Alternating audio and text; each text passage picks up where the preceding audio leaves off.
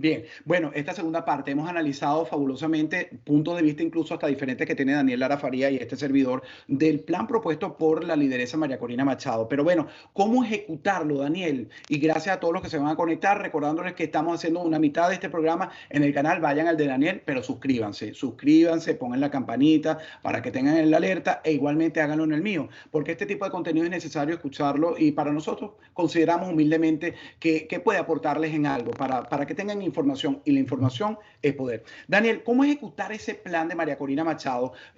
Porque a ti te parece que una operación quirúrgica no es suficiente. Yo creo que Estados Unidos está manejando la palabra quirúrgica muy evasivamente, pero realmente tiene que ser algo mucho más grande. Bueno, Y yo para creo... empezar, ni siquiera la han usado. Yo no he hablado de todas las opciones sobre la mesa. Bueno, es verdad.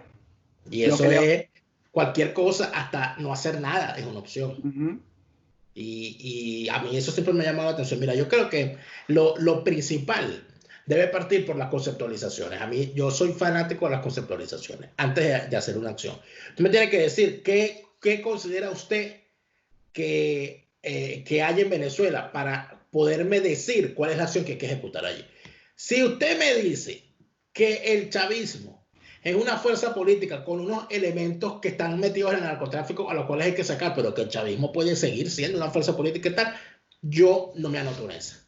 Porque desde mi punto de vista el chavismo es una organización criminal. Desde su cúpula hasta el último militante. ¿Por qué? Porque es un criminal el que prevalido de su alta posición dentro del PSUV y dentro del Estado venezolano está traficando con drogas, está torturando ciudadanos, está acabando con el erario nacional.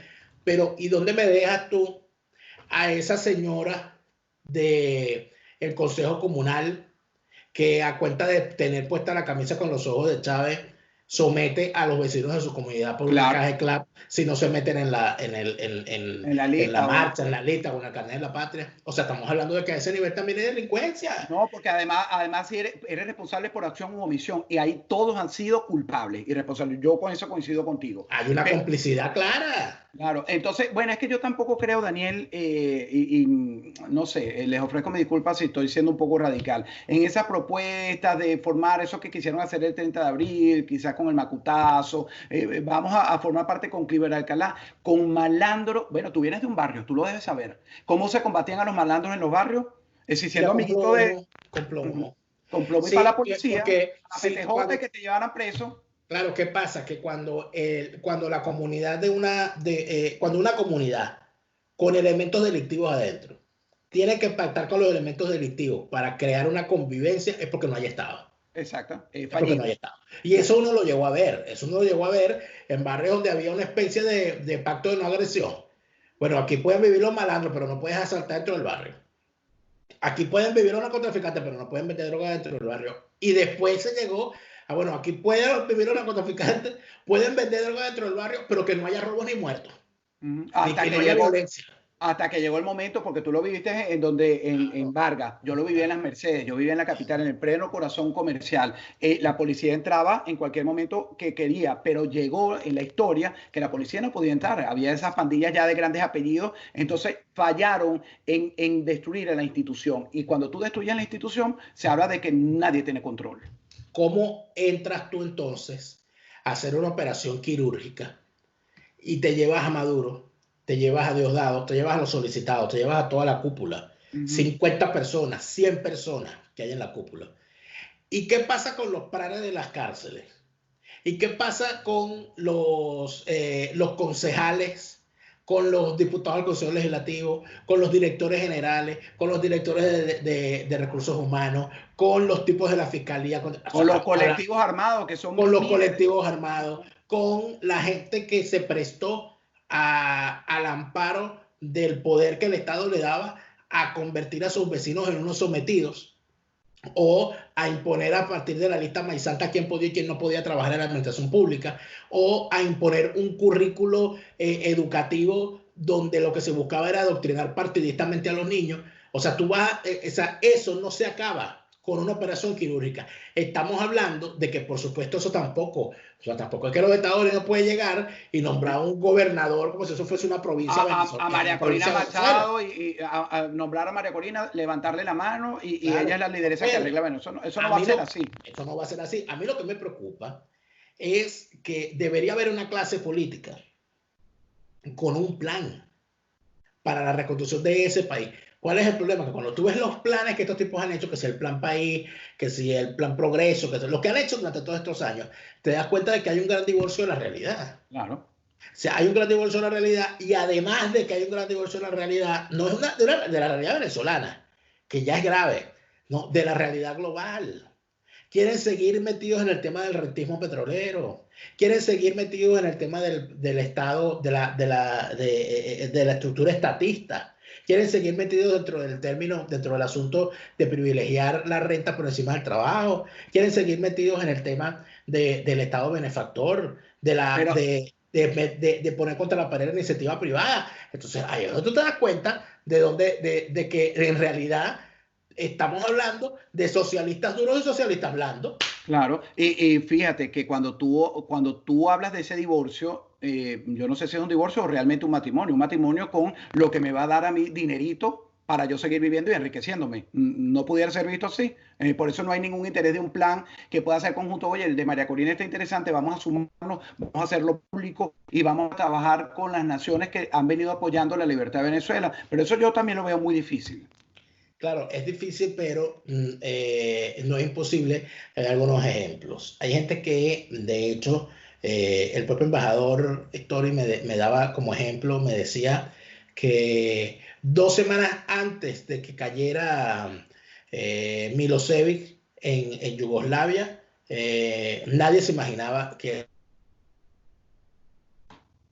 y que la política de los Estados Unidos estaba equivocada.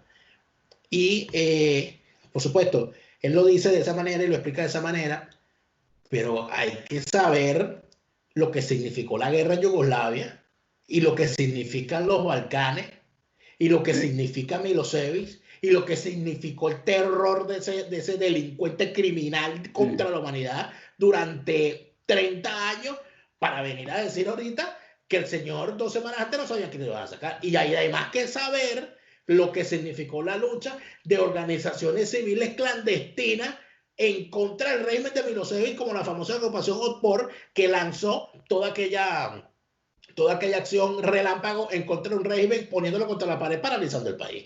Entonces, yo eso no lo veo en Venezuela ahorita. O Claro, sea, y no, yo no veo en Venezuela ahorita una organización capaz de que se lance una operación internacional contra el régimen venezolano y que haya una organización interna que sea capaz de paralizar el país al chavismo. pero tú crees, yo en eso nuevamente comparto contigo, y yo creo que lo conversaba con Alberto Franceschi del tema de aplastar y a sacar a todo lo que hay ahora, pero por algo hay que empezar, Daniel. Ponte tú, si este plan es apoyado por los Estados Unidos y por países libres, no tenemos una casta política capaz o con la intención de ejecutar y maniobrar para desarticular a esta banda de mafiosos, así como tú estás haciendo el relato y la comparación con la Yugoslavia, que tanto daño y que tanta crueldad, que yo creo que es uno de los ejemplos más recientes de dolor, porque lo que vemos nosotros en Venezuela nos quedamos en pañales frente al terror que se vivió y que vivió esa gente, esa pobre gente. ¿Pudiéramos escarbar de la tierra y sacar algo bueno que pudiera ejecutar eso, según tu criterio? Mira, yo lo que creo es que si se buscan estos ejemplos, hay que conseguir cosas como la siguiente.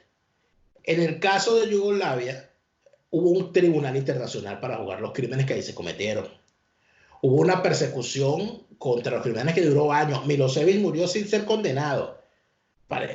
Todo indica que se suicidó. Como se suicidó en vivo y directo, por cierto, uno de los criminales de guerra al mando de Milosevic, mientras era juzgado, se tomó una cápsula de cianuro frente En a los la cámara. tribunales. Ujú. Pero fue capturado Radovan Karadzic, por ejemplo, que era el gran criminal de guerra. Fueron capturados otros más y siguen en fuga muchísimos más. Es decir, en el caso de Yugoslavia, la comunidad internacional finalmente decidió que eso no solamente no podía ocurrir nunca más, sino que para que no ocurriera, había la necesidad imperiosa de hacer justicia. que había que hacer justicia y que la justicia fuese ejemplar, que la gente tuviese oportunidad de ver a Milosevic sentado en el banquillo, y eso ocurrió. Y además de eso, la gente pudo ir. Mira, hay otro caso que a mí me parece interesantísimo, porque está en desarrollo y no ha terminado, que es el caso Siria. Hace un mes arrancó aquí en Alemania un caso que a mí me parece bueno, que para empezar se está viendo como algo que va a cambiar el tema del derecho internacional, del derecho penal internacional en el caso de los crímenes de guerra. ¿Por qué? Porque aquí hay una gran cantidad de sirios refugiados en toda Europa y acá en Alemania muchísimo. Y hay refugios donde viven estas personas mientras solucionan su situación, su estatus legal, y luego pasan a vivir en sus propias casas con el apoyo del Estado. Hubo un ciudadano sirio que en un refugio reconoció entre los refugiados sirios a uno de sus torturadores. Y se alarmó porque era un jefe, o sea, era un jefe del centro de detención donde él estuvo. Y el tipo lo denunció. Entonces, mire, ese tipo es mi torturador, es un delincuente, como decía un Christopher Figuera, un tipo de ese nivel. Claro. Entonces al hombre se empieza entonces el debate sobre el asunto del derecho, porque este ciudadano también era refugiado, porque él se había escapado de Siria, diciendo que él no quería seguir en el régimen, todo aquello, pero eso no, pero igual tú eres un criminal. Esto se supo en la comunidad siria, en toda Europa, y aparecieron las víctimas del Señor por todas partes. Inclusive aparece el caso muy famoso de un periodista que estaba preso y que él se había encargado, porque había una de las cosas que hay todavía en Siria, que es la gran cantidad de desaparecidos, de gente que desapareció y jamás le dieron si estaban vivos o si estaban muertos. Y había mucha gente presa que la gente no sabía, sus familiares estaban vivos o presos. Este periodista estuvo preso y él se encargó de documentar, con clavos oxidados, con cosas de escribir en el cuello de su camisa por debajo los nombres de los que estaban allí presos. Cuando él logra salir, porque hubo una campaña y al final logró salir, él pudo decir, mire, conmigo estaban presos toda esta gente. Él fue víctima de ese señor y el juicio está en desarrollo y él vino de Bélgica a declarar en contra de este delincuente. ¿Qué significa esto? Que hay esperanza. Esto significa, ¿verdad?, que todos estos casos que estamos viendo en los Estados Unidos, ¿verdad?, que los Estados Unidos no es firmante del tratado que da creación al Tribunal Penal Internacional. Pero en España, por ejemplo, así como intentaron juzgar, un fiscal español intentó juzgar a Pinochet por los crímenes cometidos en Chile, de la misma manera en España yo estoy seguro que en algún momento muchos de los expresos políticos que están viviendo en España después de haberse escapado de Venezuela, y muchos de ellos tienen además nacionalidad española, van a poder demandar a esos delincuentes que se han ido con el dinero que se robaron del país chavista a vivir allá tan tranquilo, a los Christopher Figuera y a estos personajes, a la Luis Ortega Díaz. Eso no se puede escapar de la justicia internacional. No se puede escapar. Ninguno. Y entonces ahí está la responsabilidad de nosotros y de este tipo de trabajo que estamos haciendo, para que la gente abra los ojos, darle un poquito de esperanza. Si no vamos a poder salir de la situación ahora con esa operación quirúrgica, si va o no va, nosotros tenemos que documentar y tenemos que tener memoria histórica, porque la corta memoria nos puede llevar a olvidar, y esto no se puede olvidar. Estamos siendo protagonistas de la historia, de una historia triste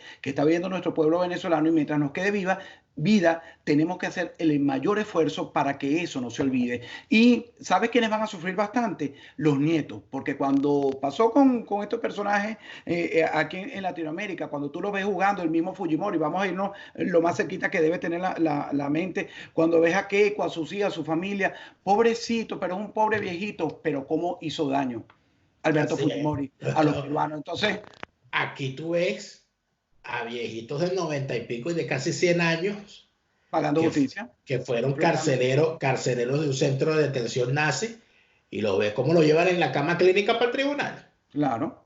¿Por qué? Porque cuando estas sociedades deciden, y eso no va a llegar en un portaavión, eso tiene que salir del seno de la sociedad venezolana. El ánimo de decir, nosotros no podemos permitir la impunidad, porque si permitimos la impunidad esto va a volver a ocurrir. nosotros tenemos que poner, por primera vez en nuestra historia, tenemos que poner una raya en el piso y decir, a partir, el que estuvo aquí no entra. ¿Por qué? Porque nosotros no podemos permitir que esto vuelva a ocurrir. Y tiene que haber juicio, y tiene que haber justicia. Y eso aquí, eso es una cosa muy delicada. Aquí no, aquí el que estuvo metido en una cosa y se salvó tiene que ser puesto frente a los tribunales, así tenga 100 años. Y se tiene que esclarecer y el Estado tiene que dar una disculpa. Si hubo alguna persona que murió sin ser juzgada, sus víctimas merecen una disculpa de las autoridades. Eso aquí ocurre. Entonces, eso tiene que salir de la sociedad. Eso no lo puede imponer la comunidad internacional. O sea, nosotros tenemos que empezar a exigir que estas personas sean judicializadas y sean llevadas frente a la justicia internacional. El Christopher Figuera, la Luis Ortega Díaz, la defensora del pueblo, todos los que estuvieron en esos cargos, todos los que estuvieron en esos cargos, a todo nivel. Porque es que aquí estamos hablando, por ejemplo, mira, hay algo que a mí me produce yo siempre me lo pregunto.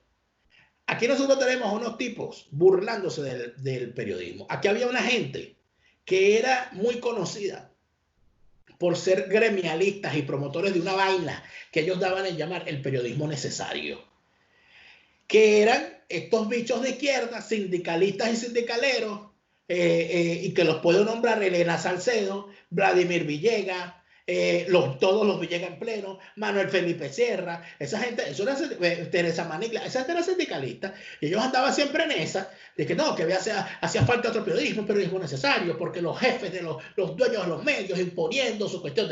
Entonces estos tipos llegaron al poder y míralos cómo andan. Peor. Míralos cómo andan, el resultado es peor, pero la pregunta es, ¿por qué el gremio de periodistas, el Colegio Nacional de Periodistas, no expulsa a esos periodistas que se han prestado para ser persecutores de sus propios compañeros? Daniel Lara Farías, ¿por qué? Porque tenemos lo que tenemos gracias a eso, a no hablar, a no actuar, a no accionar, a no ilegalizar, porque tú lo decías, la rayita, yo estoy de acuerdo contigo, de esta rayita no me cabe nadie sucio, que tú tengas mal carácter, que tú seas feo, que tú seas calvo, que tú tengas panza como la tengo yo, eso no te va a eximir de poder entrar en ese grupo, pero si tienes algún pecado de eso, de corruptela, de acción, de omisión, no puede caber. Entonces yo creo que hay que terminar ilegalizando a esos partidos, a esa gente, y no podemos permitir además que en la propuesta para salida de la crisis de Venezuela entre una sola persona. Yo no estoy de acuerdo con ello. Eso tiene que hacerlo la sociedad. Igual claro. Los gremios tienen que hacerlo. Claro. O sea, ¿cómo puede permitirse el gremio de médicos que un médico que haya trabajado para el DGCIN o para el SEBIN y no haya denunciado lo que pasaba dentro de esos calabozos puede andar por ahí con un título de médico ejerciendo en el futuro? Eso se puede permitir. ¿Cómo el colegio de abogados, cómo puede permitir que estos jueces del horror, fiscales del horror, que son capaces de procesar a un muchacho con síndrome de Down, que son capaces de mandar presas a mujeres embarazadas, que son capaces de que les llegue una cosa increíble, que es que esto se cuenta y no se cree, que les llegue un militar, como fue el caso del capitán Acosta Arévalo, que llegue un capitán víctima de torturas y se le muera en el tribunal, y que esa señora sea incapaz de abrir una investigación y meter preso inmediatamente a los custodios que lo trajeron? O sea, ¿cómo se salvan esos juristas de por lo menos el descrédito público? Fíjate tú una cosa, a mí me comentó una persona que visitó los Balcanes, que visitó Bosnia, que a él le llamaba mucho la atención en la zona turística donde estaba, o Croacia creo que fue, la zona turística donde estaba, que había una zona muy bonita, una plaza, y había un espacio vacío y como abandonado, entre dos cosas, entre dos restaurantes, un espacio vacío. Me preguntaba, ¿por qué aquí hay esos espacios así vacíos y abandonados sin arreglar? Dice, porque es que allí eso era la casa de un delincuente al servicio de los serbios. Y cuando cayó Milosevic, lo linchamos y lo quemamos allá dentro de la casa y dejamos la casa así para que no venga nunca, para que a nadie se le olvide que ahí vivía. Un recordatorio. Un recordatorio, por supuesto. Las condiciones son otras. Estamos hablando de una guerra horrorosa. Estamos hablando de mujeres que se quedaron sin esposo, sin hijos, que fueron violadas, que se quedaron, bueno, una cosa horrorosa. Una crueldad de la humanidad imperdonable. Una cosa que inenarrable. Cuando tú ves eso, y cuando entras en todo eso, te das cuenta, las sociedades no pueden esperar llegar a una guerra, llegar a un campo de concentración, llegar a una cámara de gas, para ponerle un parado a los jueces del horror, para ponerle un parado a un policía torturador, para ponerle un parado a un político asesino. Yo creo que aquí, si algo ha dejado esto ya finalmente, Alejandro, es una gran lección. Nosotros tenemos que evitar que esto nos vuelva a ocurrir. Así Nosotros es. no podemos permitir que esto se repita. Por eso, después de este análisis, para cerrar esta media hora, Daniel, entonces el plan de María Corina para ti es muy cuesta arriba, lejano. No, a mí me parece un buen planteamiento. Parece que por primera vez se ha hecho por la calle en medio un planteamiento diciendo, mira, esto es un régimen criminal que se saca de esta manera. Me parece, además de eso, que es un acto de gran valentía de María Corina Machado lanzar ese documento estando dentro de Venezuela, imponiéndose por encima de las líneas partidistas de ese grupo de los cuatro y de todas aquellas cosas. Y además de eso, de esa especie de pacto de no agresión que había, de que mientras esté Guaidó allí, bueno, no vamos a decir nada, que rompa. Que si la unidad, eso de la unidad, eso lamentablemente eso se tiene que acabar, porque si tú tienes a unos incapaces, a unos ladrones, a unos ineptos y a unos colaborantes con el régimen, tú no puedes estar unido a ellos. Y si lo que corresponde es que caiga esa posición colaboracionista para que caiga el régimen, pues habrá que tumbarlos. Así es, o aplastarlo como dice Donald Trump, parafraseo a Donald Trump. Bueno, y cierro de verdad recordándoles a todos que en la primera parte, esto es un programa que hemos analizado la propuesta de María Corina Machado, la primera parte está en el canal de YouTube de Daniel Lara Farías, vayan allí, suscríbanse, denle la campanita para que les recuerde cada vez que tiene un contenido diferente, no se lo pierdan, y la segunda parte está. Me preguntan mucho por qué la segunda parte, porque bueno, esto es una alianza que hemos hecho para crecer ambos en nuestras plataformas. La primera allá, la segunda aquí. Exactamente, y les agradecemos realmente por seguirnos, por estar allí, instruyanse, lean, sepan lo que hay que hacer para que cuando llegue el momento tomar las determinaciones o decisiones adecuadas. Gracias, Daniel. Gracias, Alejandro, hasta la semana que viene. Igualmente, y gracias a todos los que nos siguieron.